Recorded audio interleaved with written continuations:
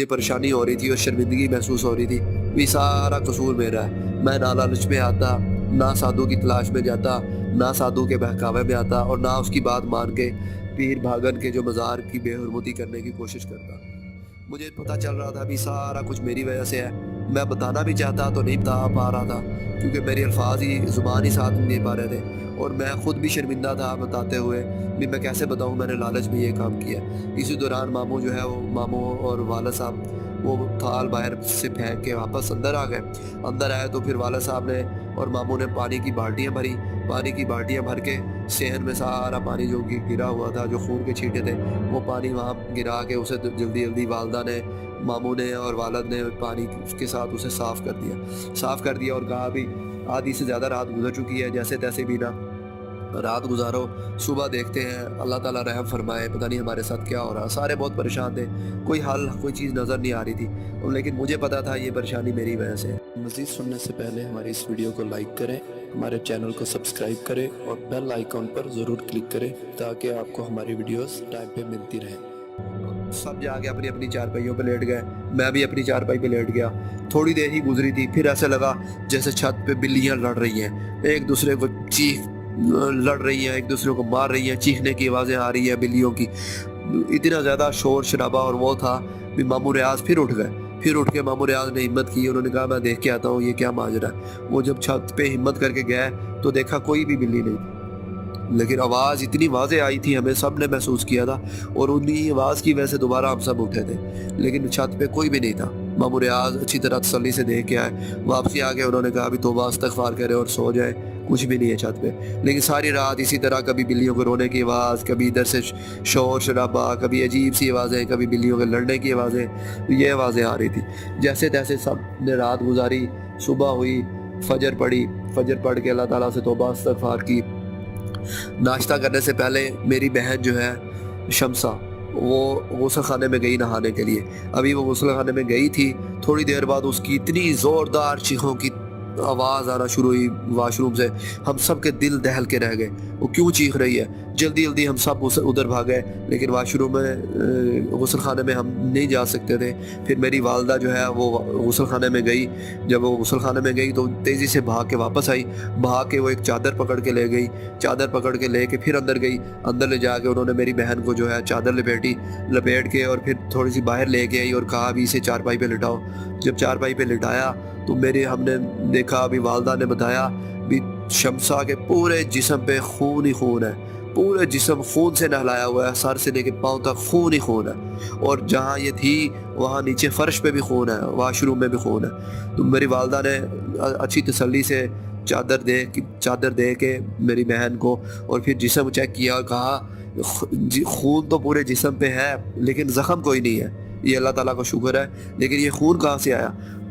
فٹافٹ ماموں ریاض غسل خانے کی طرف بھاگے، دیکھا وہاں خون جو ہے، خون کی خاصیت ہے خون جم جاتا ہے، تو وہاں خون جمع ہوا ہے۔ تو ماموں ریاض حیران ہوئے بھی خون کہاں سے آیا ہوگا، تو انہوں نے دیکھا، نل چلا کے دیکھا، بھی انہوں نے نل سے ہی آیا ہوگا کیونکہ ادھر سے قطرے ٹپک رہے تھے۔ انہوں نے نل چلا کے دیکھا تو ادھر سے خون کا فوارہ چل پڑا۔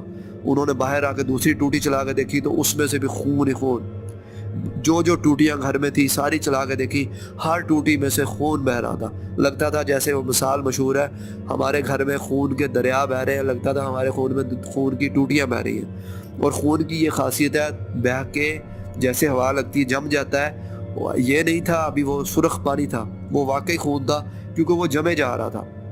ماموں ریاض نے ساری ٹوٹیاں بند کی اور بھاگے ٹینکی کی طرف، جا کے ٹینکی میں دیکھیں بھی ٹینکی میں خون کہاں سے آیا، کسی ہمسائے نے شرارت کی ہے، کیا مسئلہ ہے، اور اتنا خون ڈال دیا ٹینکی میں۔ ماموں ریاض کیونکہ صبح کا ٹائم ہو چکا تھا، ماموں ریاض گئے تو دیکھا تو پانی تھا ٹینکی میں، خون نہیں تھا۔ پھر نیچے آئے، ماموں ریاض نے کہا بھی ٹینکی میں تو خون نہیں ہے، ٹینکی میں تو پانی ہے۔ پھر دوبارہ جب چلا کے دیکھی ٹوٹی تو پھر خون کی بجائے پانی آنا شروع ہوا، لیکن وہ یہ جو ہے اب پانی آ رہا تھا، جو پہلے خون آ رہا تھا، تو خون جو جمع ہوا تھا وہ حقیقت تھی، اس لیے ہم یہ نہیں کہہ سکتے یہ ہماری نظروں کا دھوکہ تھا، وہ جو خون جمع ہوا تھا وہ وہی جمع ہوا تھا۔ پھر والدہ جو ہے وہ پریشان بھی، یا اللہ الہی خیر کر، ہم پہ کون کالا جادو کرنا شروع کر دیا، سفلی علم لگتا ہے ہم پہ کسی نے شروع کیے ہوئے ہیں، یہ کیا ماجرا ہے، بہت پریشانیاں چل رہی ہیں۔ ماموں اور ابو نے مل کے پھر پانی کے ذریعے اس خون کو صاف کیا، جہاں جہاں ٹوٹی چلائی تھی وہاں جہاں جہاں فون تھا وہ سارا انہوں نے صاف کیا. پھر سارے آ کے مل کے بیٹھ گئے. سب پریشان تھے بھی کیا معاملہ ہے. ماموں ریاض بولے میرے والد صاحب سے یہ اس دن سے ہی ان کا واقعات شروع ہوئے ہیں. ان کا اشارہ اسی طرف تھا جب میں پیر باغن کے مزار پہ بے ہوش پڑا ہوا ملا تھا. مجھے تو پتا تھا بھی یہ سارا معاملہ اسی سادھو کی وجہ سے ہو رہا ہے, کیونکہ وہ مجھے دھمکی بھی دے گیا تھا بھی مجھے اس کا کام کرنا پڑے گا. پھر میں جب سارے مل کے بیٹھ کے یہ سوچ رہے تھے بھی کیا مسئلہ ہے, کس طرح ہو سکتا ہے حل, اس کا کیا کریں, تو پھر دوبارہ میرے والد صاحب نے پوچھا مسعود میاں تم بتانے کی کوشش تو کرو بھی وہ اس دن تم وہاں گئے کیوں تھے, تم وہاں جب بے ہوش میں پڑے تھے. تو میں نے کہا میں اب بتا ہی دیتا ہوں. میں نے بتانے کے لیے جیسے زبان کھولنے کی کوشش کی تو مجھے لگا میرا جو ہے نا گلا کوئی دبا رہا ہے, میری زبان حلق جو ہے تالوں کے ساتھ لگ گئی اور میرے منہ سے کوئی الفاظ ہی نہیں نکل رہے تھے. مجھے لگ رہا تھا میرا گلا کوئی دبایا جا رہا ہے, میری آنکھیں باہر آئی جا رہی تھی, میرا سانس اٹکنا شروع ہو گیا تھا اور میری حالت غیر ہونا شروع ہو گئی. میں ایک دم لیٹ گیا, تڑپنا شروع کر دیا. ماموں ریاض نے میرے والد صاحب سے کہا میں نے بھائی جان میں نے کہا تھا منع کیا تھا یہ سوال نہ کریں. جلدی جلدی مجھے آگے انہوں نے سنبھالنے کی کوشش کی. تھوڑی دیر میں میری حالت جو ہے وہ ٹھیک ہونا شروع ہوئی تو انہوں نے جو ہے نا مجھے سائڈ پہ لٹا دیا اور کہا مسعود میاں تم سکون کرو. وہ سائڈ پہ ہو گئے اور مجھے ایسے ٹریٹ کر رہے تھے جیسے میں بیمار ہوں. میں اپنے آپ میں طاقت محسوس کر رہا تھا, مجھے نہیں لگ رہا تھا میں بیمار ہوں, لیکن یہ چیز تھی کہ جیسے میں وہ سادھو والی بات بتانے کی کوشش کرتا تو میری حالت غیر ہو جاتی. تو یہ جو ہے ماموں اور میرے والد صاحب مشورہ کرتے رہے بھی کیا کرنا چاہیے. اس طرح ایک دو دن جو ہے اسی طرح گزرے. ہر کسی نے جو ہے نا روٹین یہی رہی بھی کھانا پینا چلتا رہا. پریشانی میں سارے پریشانی میں دن گزر رہے تھے جو ایک دو دن گزرے تو, لیکن مجھ سے کسی نے سوال کرنے کی کوشش نہیں کی بھی مزید اس سے دوبارہ سوال کریں, کیونکہ انہیں پتہ چل گیا تھا میری حالت غیر ہوتی ہے. ان ایک دو دنوں میں نے خود کوشش کی بھی میں لکھنے کی کوشش کرتا ہوں. میں نے کئی دفعہ جو ہے کوشش کی, جیسے میں بال پین پکڑتا کئی دفعہ ایسا ہوتا میرا ہاتھ ہی جو ہے نا سن ہو جاتا, بال پین میرے ہاتھ سے گر جاتی. کئی دفعہ ہاتھ ایسا ہو جاتا میرا ہاتھ ٹوٹ منڈ ہو جاتا, مڑ جاتا. کئی دفعہ ایسا ہوتا بال پین چل رہی ہوتی, میں لائنیں لگاتا چل رہی ہوتی, جیسے میں یہ سادھو والی بات لکھنے کی کوشش کرتا بال پین چلتی نہیں, سیاہی ختم ہو جاتی. میں پین کی ٹرائی کرتا, پین ادھر سے سیاہی بھرتا, پورا ادھر سے پین لکھ رہا ہے باقی چیزیں لکھ رہا ہے, جیسے میں سادھو کی کوئی بات لکھنے کی کوشش کرتا لگتا ایسے تھا جیسے سیاہی ختم ہو گئی. تو میں نے کافی کوشش کی. پھر ایسا ہوا کہ میں نے پھر دوبارہ لکھنے کی کوشش کی ایک دفعہ تو مجھے لگا میری بینائی ختم ہو گئی, مجھے نظر آنا بند ہو گیا. میں نے کہا بھی میں نہیں لکھتا اب. تو پھر تھوڑی دیر بعد پھر میری بینائی واپس آ گئی. کھانا پینا صحیح جاری تھا, میرا جسم میں میری طاقت آ چکی تھی, مجھے کوئی مسئلہ نہیں تھا سوائے اس کے کہ جب بھی میں سادھو کی کوئی بات کرنے کی کوشش کرتا تو کیا ہوتا بھی مجھ سے میری حالت غیر ہو جاتی, کوئی نہ کوئی مسئلہ ہو جاتا. 3 دن اس طرح گزرے, سارے پریشانی میں تھے. کوئی اسکول نہیں, کوئی کالج نہیں جا رہا تھا کیونکہ پریشانی والا معاملہ چل رہا تھا. پھر ماموں نے کہا, وہ حکیم سعد اللہ صاحب تھے, میرے والد صاحب سے کہا حکیم سعد اللہ صاحب کے پاس چلتے ہیں, وہ لگتا ہے وہ جو ہے حکیم بھی ہے اور ساتھ ساتھ کوئی نہ کوئی عمل بھی کرتے رہتے ہیں, تو شاید وہ ہمارا مسئلے کا حل کر دیں. والد صاحب نے ایک دم کہا ہاں ہمارے ذہن میں یہ پہلے کیوں نہیں خیال آیا, چلو ٹھیک ہے. انہوں نے کہا بھی پہلے ان سے پوچھ لیں حکیم صاحب سے. حکیم صاحب سے انہوں نے والد صاحب نے پوچھا تو حکیم صاحب نے کہا ٹھیک ہے آپ ایسا کریں شام کو آ جائیے گا. تو انہوں نے مجھے کہا مسعود میاں تم تیار ہو جاؤ شام کو ہم چلیں گے. میں نے کہا ٹھیک ہے. تو شام کو تیار ہو کے ہم سارے جو ہے وہ ہم تینوں, میں ماموں اور میرے والد صاحب حکیم سعد اللہ صاحب کے گھر کی طرف چل پڑے جو کہ 7-8 کلومیٹر دور تھا. ہم جب ان کے گھر پہ پہنچے, بیل دی, دروازہ بجایا تو ان کے گھر سے چھوٹا بچہ ایک نکلا. ان کو جب بتایا, میرے والد صاحب کا نام بتایا, ماموں کا نام بتایا, تو انہوں نے کہا بھی ٹھیک ہے بیٹھک کھولتے ہیں. انہوں نے جب بیٹھک کھولی تو وہ حکیم صاحب ادھر بیٹھک میں خود تھے. جب وہ بیٹھک کھولی تو ہم اندر آئے تو حکیم صاحب میرے ماموں سے ملے, میرے والد صاحب سے ملے, اور جب مجھ سے ملے نا تو ساتھ ہی انہوں نے باہر کی طرف دیکھا. انہوں نے کہا کوئی اور بھی ہے؟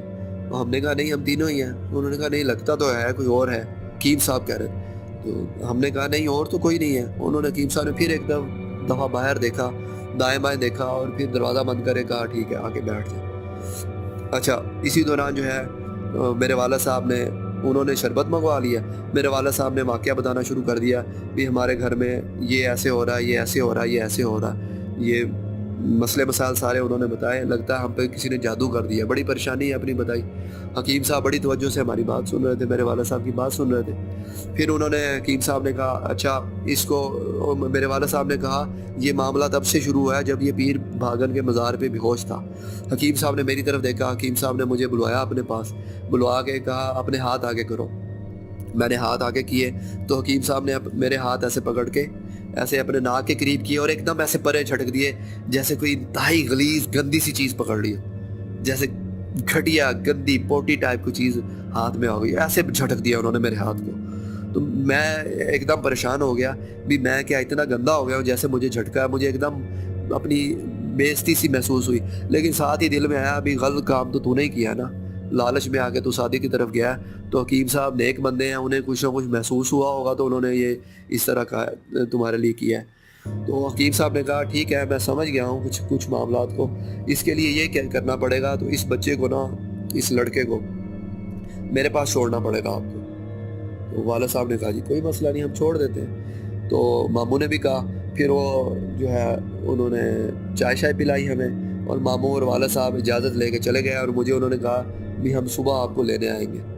تو میں نے کہا ٹھیک ہے میں ادھر رہ جاؤں گا. حکیم صاحب نے کہا بھی مسعود, میرے والد صاحب کے جانے کے بعد انہوں نے دروازہ بند کیا. انہوں نے کہا مسعود عشاء پڑھ کے میں تمہارے پاس آؤں گا, تم ابھی یہاں بیٹھو, ابھی کھانا آئے گا, تم کھانا کھا کے آرام سے سکون کرو, میں عشاء پڑھ کے آؤں گا, پھر ہم بات چیت کریں گے.